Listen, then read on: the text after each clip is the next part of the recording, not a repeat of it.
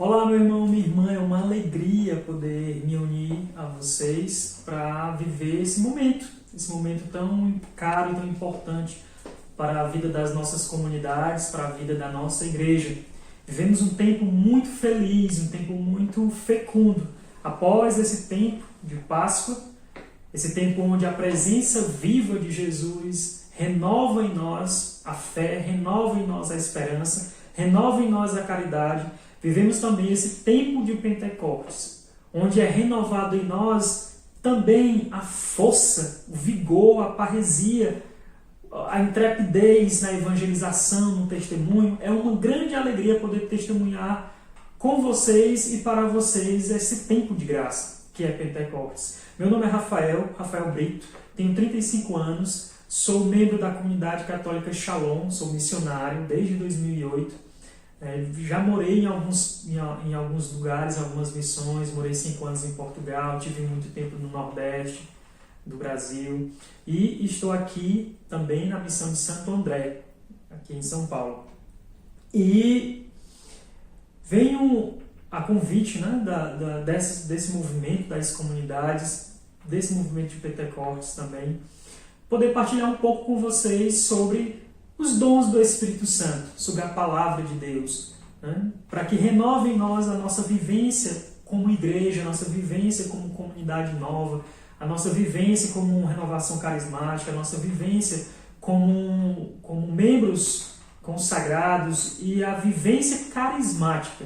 Nós somos chamados a viver uma vida carismática, no seu melhor sentido, no seu sentido mais profundo, que é aquela vivência daqueles que escutam a voz de Deus e que, através do Espírito Santo e os seus dons, proclamam a ressurreição de Cristo, proclamam a salvação que Deus operou primeiramente em nossas vidas. Deus operou essa grande graça primeiramente em nossas vidas. E a partir de nós Ele vai alcançando a todos, vai alcançando aqueles que Ele quer alcançar, né?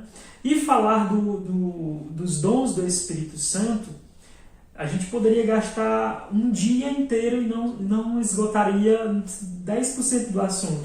Se nós prestarmos atenção, todos os homens, os grandes homens da palavra de Deus, eles manifestaram algum dom do Espírito, né? Se nós olharmos de forma clara para Abraão, a gente vê a fé de forma muito viva em Abraão. Se nós olharmos para Salomão, você vê a sabedoria de forma muito ampla, muito fecunda na vida do rei Salomão.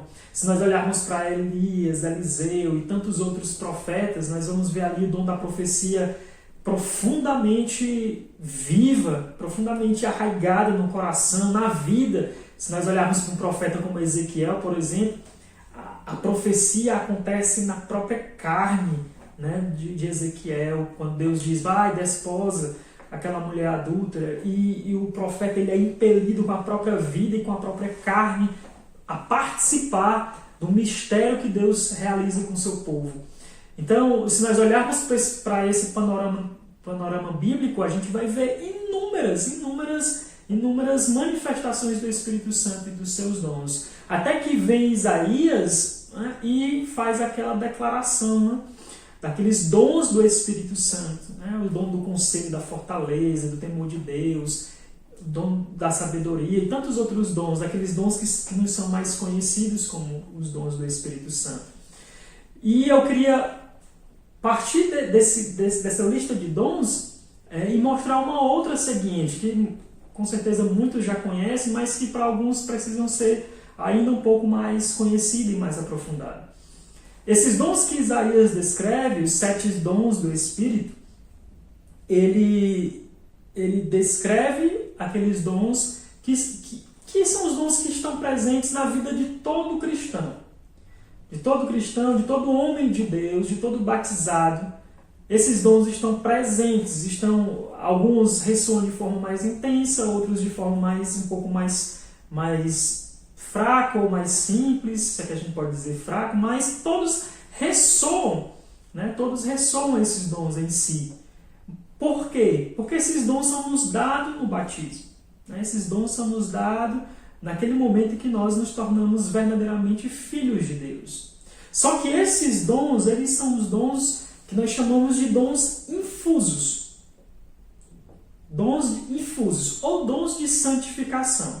Esses dons, eles nos remetem diretamente à nossa relação com Deus.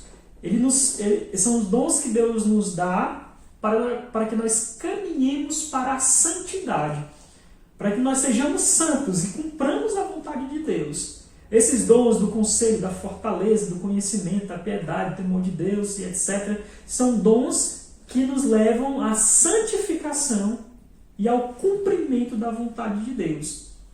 E nós chamamos eles de dons efusos ou dons de santificação, que são extremamente importantes. E todos nós devemos, todos os dias, pedir esse dom. Né? Pedir esse dom a Deus. Pedir que renove esses dons, a vivência desses dons. Poderíamos usar uma linguagem de fogo. Vamos pedir que Deus inflame o nosso coração com esses dons. Mas eu queria, partindo desses, que são os dons infusos e dons de santificação, eu queria convidar a todos a nós olharmos um pouco para os dons efusos, dons de transbordamento, ou dons de serviço. Dons efusos, dons de transbordamento ou dons de serviço. Por que é importante? Ora, nós cristãos, nós somos chamados a testemunhar com a nossa vida todas as graças que Deus realizou em nós. Nós somos chamados à evangelização. Nós não vivemos em comunidade simplesmente para tratarmos da nossa felicidade de forma pessoal. Nós não vivemos na igreja como se nós vivêssemos em um clube restrito, particular, ou de pessoas que são de alguma forma melhores do que outras e por isso tem que ficar separado. Não somos assim. A igreja não é assim. Os missionários não são assim. Os batizados não são assim. A vida da igreja é uma vida que ela se expande, que ela atrai, que ela positivamente contagia. E esses dons, eles servem exatamente para isso.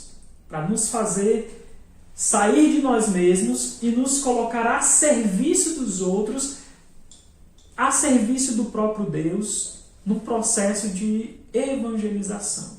Tendo vivido e vivendo nossos dons de santificação, nós suplicamos também a força do Espírito Santo para vivermos esse sadio contágio, esse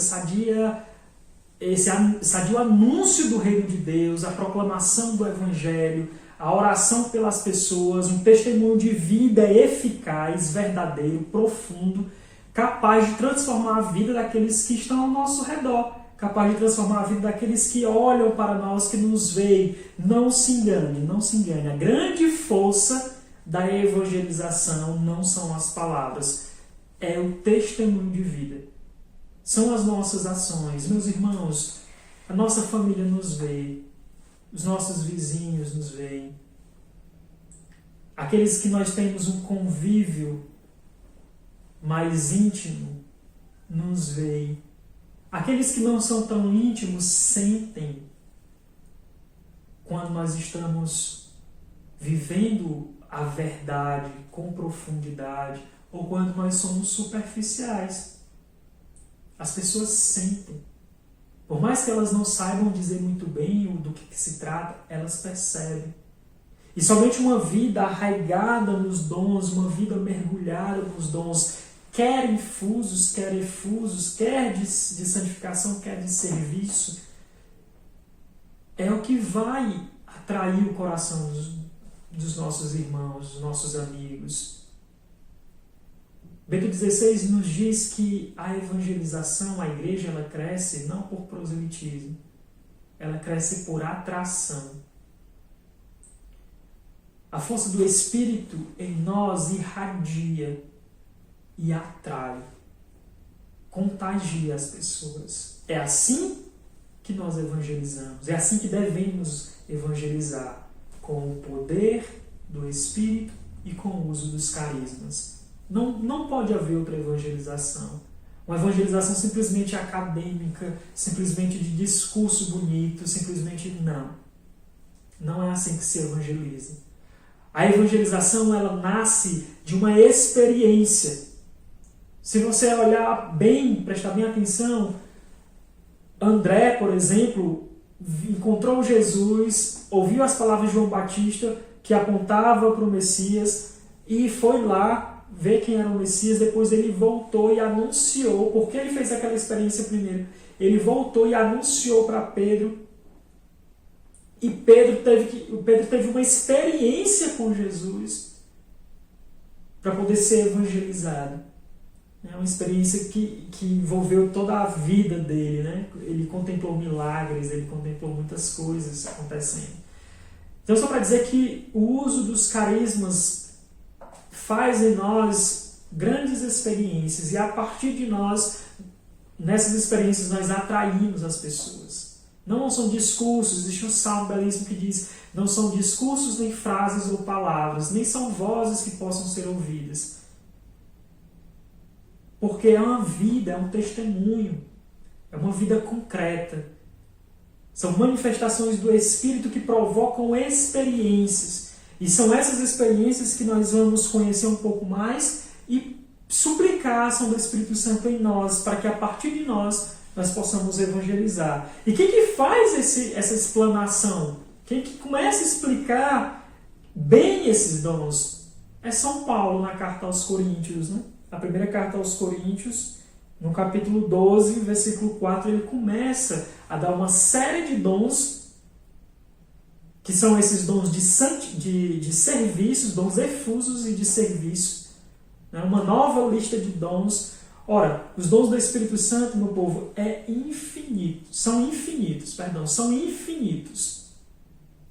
Essas listas aqui é aquelas que a gente pode conhecer, que São Paulo pode catalogar, mas existe inúmeros dons, incontáveis dons, porque o Espírito, que é o Senhor de todos esses dons, ele é infinito, ele é criativo, e ele os dá conforme a necessidade.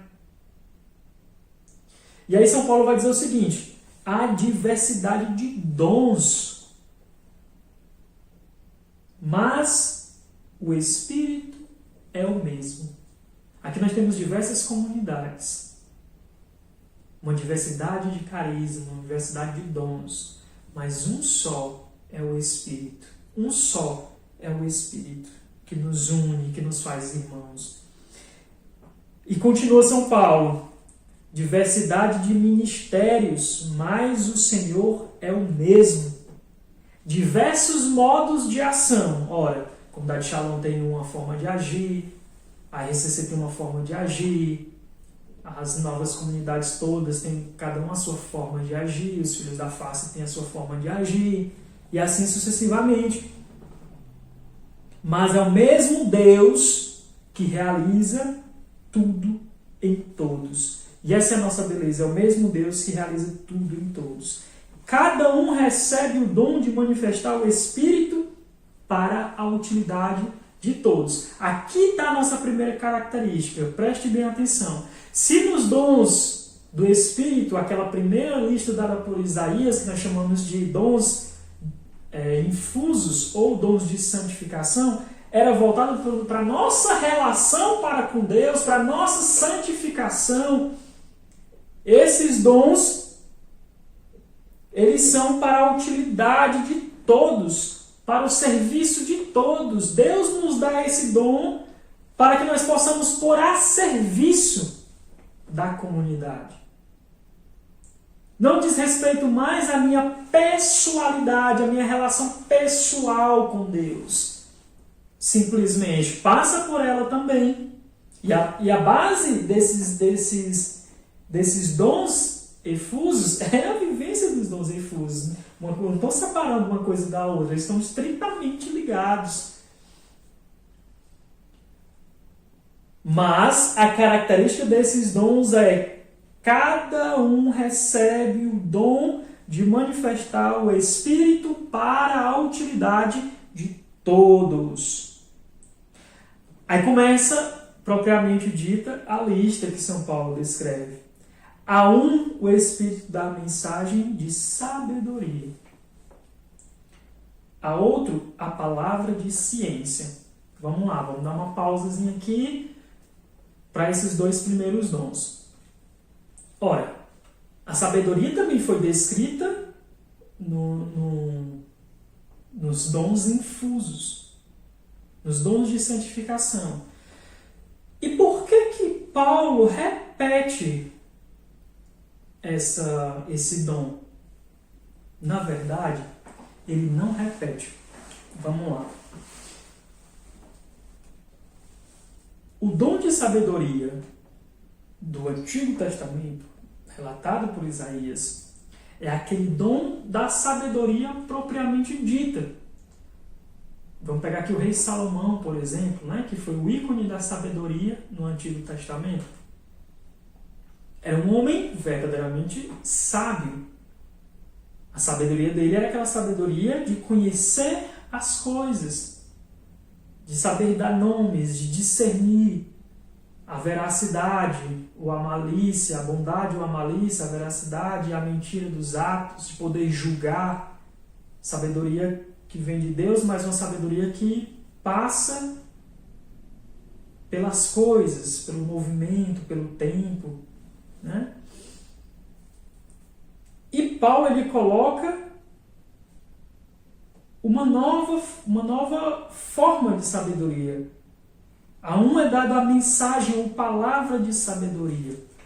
Essa palavra é um dom carismático. Paulo está falando de um dom carismático do Espírito Santo, que difere daquela sabedoria. Em que ponto? Ora, a primeira coisa ela é um dom de serviço. A gente tem que sempre que lembrar disso. É um dom de serviço.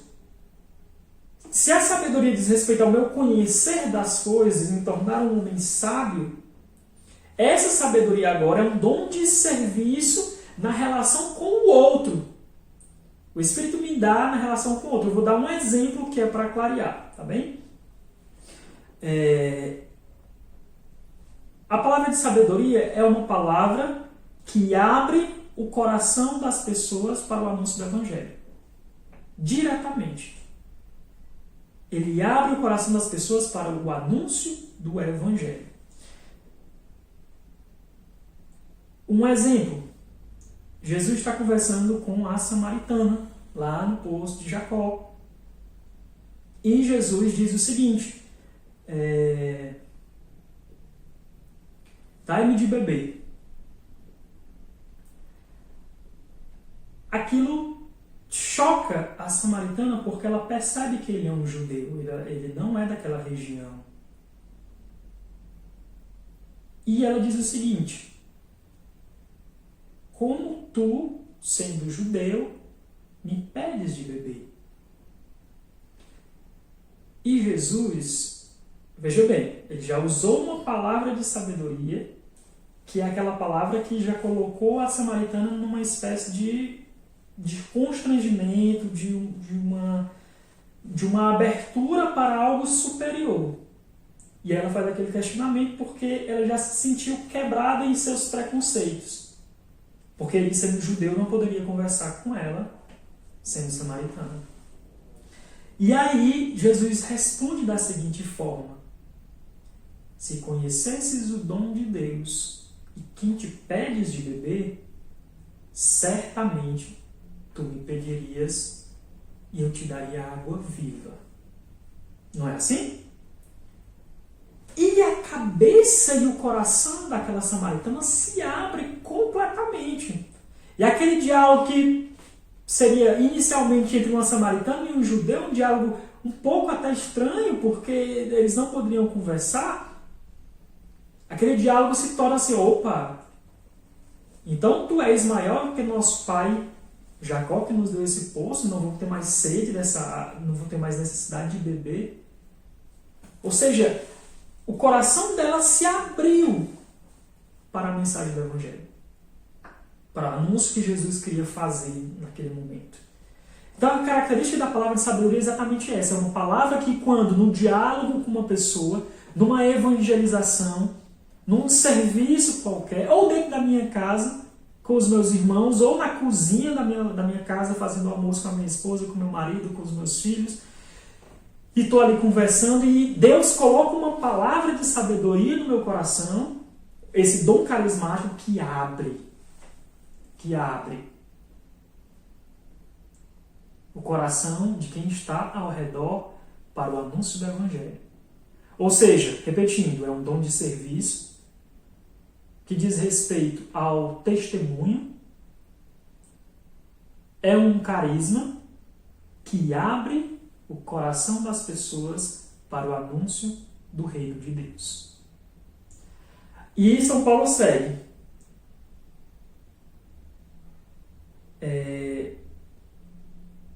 A um Espírito dá a palavra de sabedoria, a outros a palavra de ciência. O que é essa ciência? Nesse mesmo diálogo com a samaritana, Jesus diz o seguinte: vai chamar o teu esposo e volta para a gente conversar. Claro, ele disse essas palavras, as palavras são as minhas. Mas diz, chama lá o teu esposo. E toda a nudez da samaritana vem à tona. E ela diz: eu não tenho marido. E Jesus diz o seguinte: de fato, tiveste 5 e nenhum é teu. Qual foi a característica dessa palavra? Aqui a gente precisa ter muita atenção. Qual é a característica dessa palavra? Existe uma característica própria. Quem chutaria? É a palavra de revelação. Houve ali uma revelação. Chama lá teu marido. Opa, não tenho marido. Disseste bem, não tem. Tiveste 5 e nenhum é teu. Jesus revelou algo da vida da pessoa. A característica da palavra de sabedoria é essa revelação, esse conhecimento de uma realidade interior que eu não teria condições, de uma realidade interior de outra pessoa, que eu não teria condições de conhecer só pela minha sabedoria, meu conhecimento, algo que é íntimo àquela pessoa, que é só dela. E Jesus vai lá e diz, e revela. E ele revela com outro intuito, que nós vamos falar daqui a pouco. Revela para manifestar um outro dom.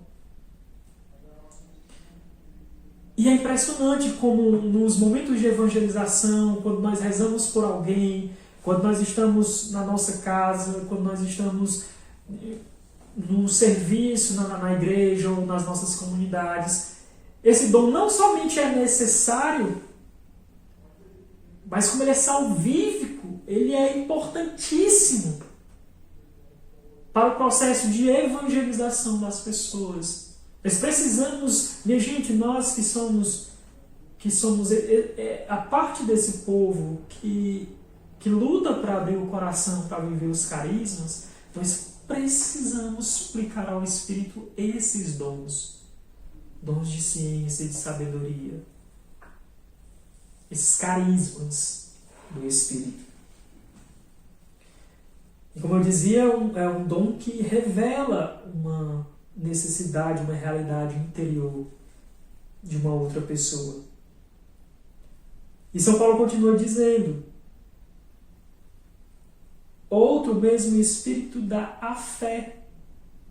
Outro ainda, o único e mesmo Espírito concede o dom das curas. Ora, vamos falar aqui de fé e de cura, para nós vermos como esses dons estão intrinsecamente ligados um ao outro. Nós falamos da sabedoria e da ciência, e na ciência nós dissemos que o Espírito revela. A característica desse dom é a revelação de algo.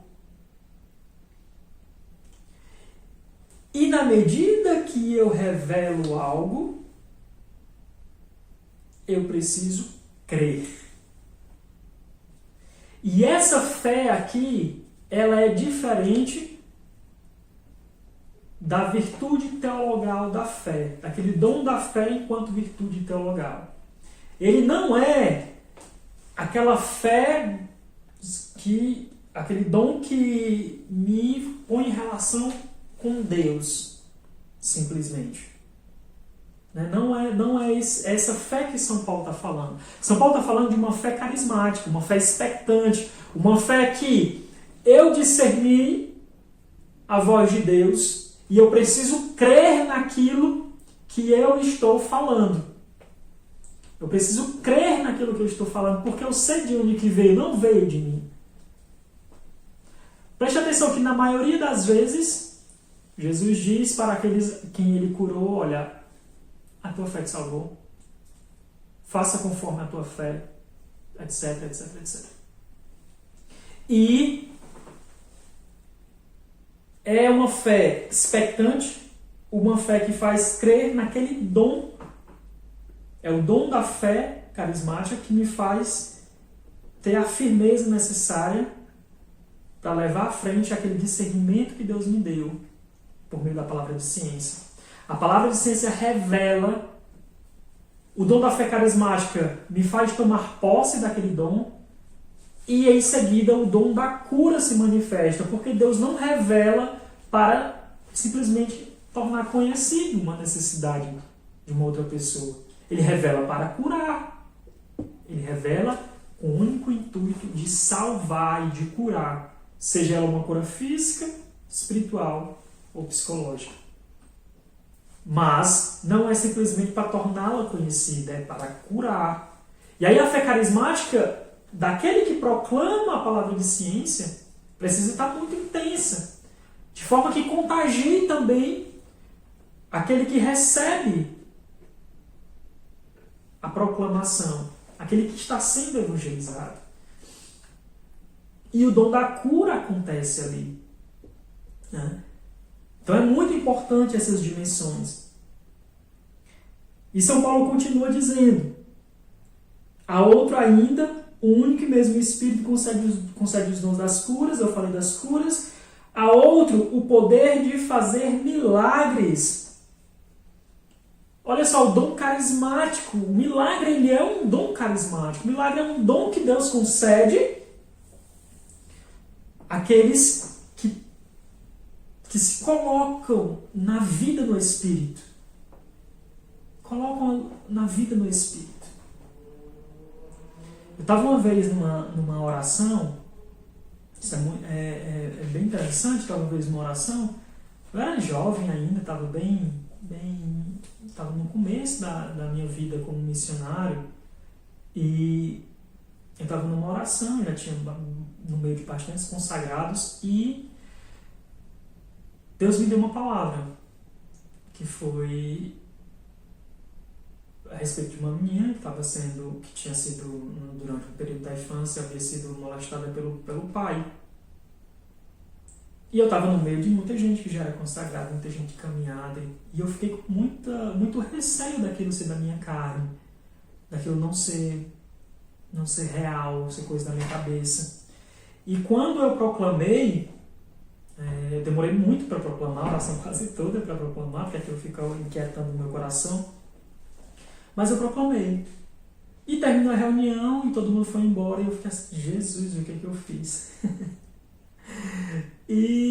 Mas ficou uma menina e ela ficou chorando e depois ela veio testemunhar a graça que Deus tinha realizado, a cura que Deus tinha realizado. De certa forma, não só uma cura, mas de certa forma um milagre. É um milagre, porque não tinha como ser explicado aquilo naquele momento. Acho que nunca será explicado em termos lógicos e humanos. E aí a gente já testemunhou tantos outros milagres, nos encontros que nós já participamos, tantas coisas que a gente já viu. Né? Então a gente consegue discernir bem o milagre de uma cura. A cura acontece de forma pela ação do Espírito Santo, mas de alguma forma ela tem uma explicação. Milagre não milagre não tem explicação nenhuma, é simplesmente a presença de Deus agindo poderosamente e a coisa acontece. Né? E São Paulo continua dizendo: a outro, a profecia, e a outro, o discernimento dos espíritos. Veja bem, meu povo, a profecia. O que é a profecia? Profecia, como nós conhecemos hoje, ela pode ser cantada, pode ser falada, mas a principal característica dela é que seja uma mensagem de Deus. Sabe quando você está numa oração e a pessoa diz assim: Deus está me dando um sentimento. Ora, o que é um sentimento? O sentimento tem muitas nuances. E nós precisamos entender como é que a profecia ela é ressoada. A profecia, ela vem em primeira pessoa, é Deus que fala. Deus não manda recados por ninguém. Estou sentindo que deveríamos fazer assim, assim, assim, porque Deus quer. Não, quando Deus quer, Ele fala. Escuta, meus filhos, eu estou realizando uma obra nas vossas vidas.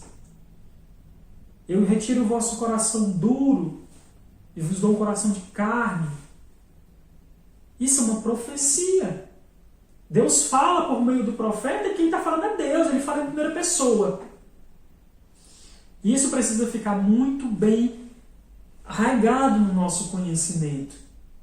Não é um sentimento, não é uma emoção.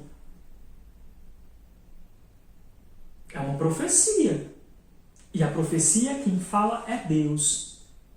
E Deus não está tendo um sentimento. Deus, Ele quer realizar uma obra e Ele fala. E quando Ele fala em primeira pessoa. É Deus quem está falando. O profeta, ele é só um instrumento. Aquele que fala é Deus. E o profeta é apenas um instrumento. Por isso que ele não diz: Deus está me dizendo isso. Não. Eu, o Senhor teu Deus, realizo uma obra nova no meio de vós. Não a vedes? Então é uma palavra firme, potente, em primeira pessoa. E o discernimento dos espíritos. Esse é um dom que todos nós, em todas as comunidades, comunidade de Shalom, Renovação Carismática, Canção Nova, qualquer comunidade que você imaginar, esse é um dos principais dons que precisamos ter. O dom do discernimento dos espíritos. Para saber se aquilo que eu estou falando vem de Deus, vem da minha psique, da minha imaginação, ou se vem do mal. Isso é uma influência maligna, querendo causar confusão. E o dom de discernimento dos espíritos, ele tem essa característica. Eu vou discernir dentro de mim se é uma palavra de ciência, se é uma profecia, se é um dom de cura. Eu vou discernir dentro de mim. Eu preciso desse dom para discernir de onde que vem aquela palavra. Vem simplesmente da minha imaginação? Vem simplesmente da minha vontade? Até queria falar coisas bonitas para as pessoas? Ou vem de Deus? Ou vem do maligno? Que quer agir no meio das nossas assembleias, causar confusão no nosso meio, causar divisão no nosso meio. É assim que discernimos as palavras, os carismas do Espírito. Por meio de um carisma específico chamado dom do discernimento dos espíritos. Qual é o espírito que está agindo nessas palavras ou nessas ações? É o Espírito de Deus? É o meu espírito? É o espírito maligno? E uma vez discernido, eu proclamo, eu falo, eu me abro à profecia, eu me abro aos outros dons. É um dom importantíssimo para nós, para as nossas comunidades. Se nós esquecemos disso ao longo da nossa história, nós precisamos pedir de volta. Senhor, dai-nos o dom do discernimento dos Espíritos. E por fim, São Paulo diz: há outro, o dom de falar em línguas e o dom de interpretá-las. Mas é o único e mesmo Espírito que realiza tudo em todos, distribuindo a cada um os seus dons conforme Ele quer. Nem todo mundo vai falar em línguas, nem todo mundo vai ter o dom da profecia, nem todo mundo vai ter. É conforme a vontade de Deus, como lhe apraz. E o dom de línguas é esse dom maravilhoso que nós precisamos exercer constantemente, desde o nosso primeiro seminário de vida no Espírito, desde o nosso batismo no Espírito. Nós precisamos viver esse dom que se manifesta pelo menos de 9 formas. Dom de língua se manifesta, pelo menos que se saiba, de 9 formas. Né? Eu não vou conseguir elencar todas aqui, porque não tem tempo. Mas você pode falar em línguas, profetizar em línguas, cantar em línguas, interpretar o dom de línguas. Tem o dom da glossolalia, que é falar diversas línguas, que está dentro desse dom de línguas, que foi o que Pedro viveu em Pentecostes, de ser interpretado em várias outras línguas, de forma simultânea. Então existem vários dons.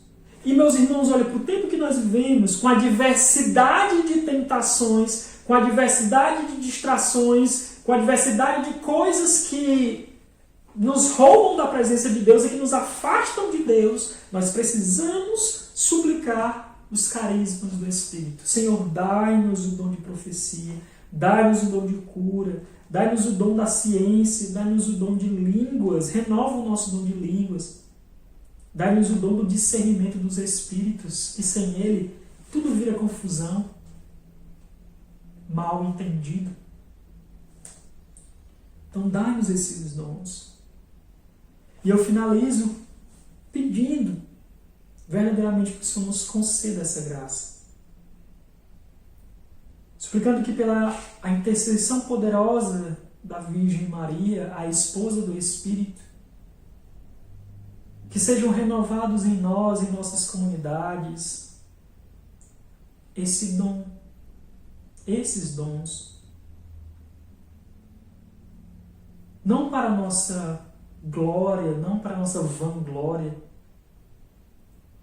não simplesmente para a nossa santificação pessoal, que já seria muito, mas para o serviço da igreja, para a evangelização, para podermos proclamar em alta voz e de forma verdadeira a ressurreição de Cristo, a sua morte e ressurreição, para atrair aqueles que estão mais distantes de Deus para Ele e para a sua igreja. É para isso que nós vivemos. Ave Maria, cheia de graça, o Senhor é convosco. Bendita sois vós entre as mulheres, bendito o fruto do vosso ventre, Jesus. Santa Maria, Mãe de Deus, rogai por nós, pecadores, agora e na hora de nossa morte. Amém. Em nome do Pai, do Filho e do Espírito Santo. Amém. Deus os abençoe. Shalom.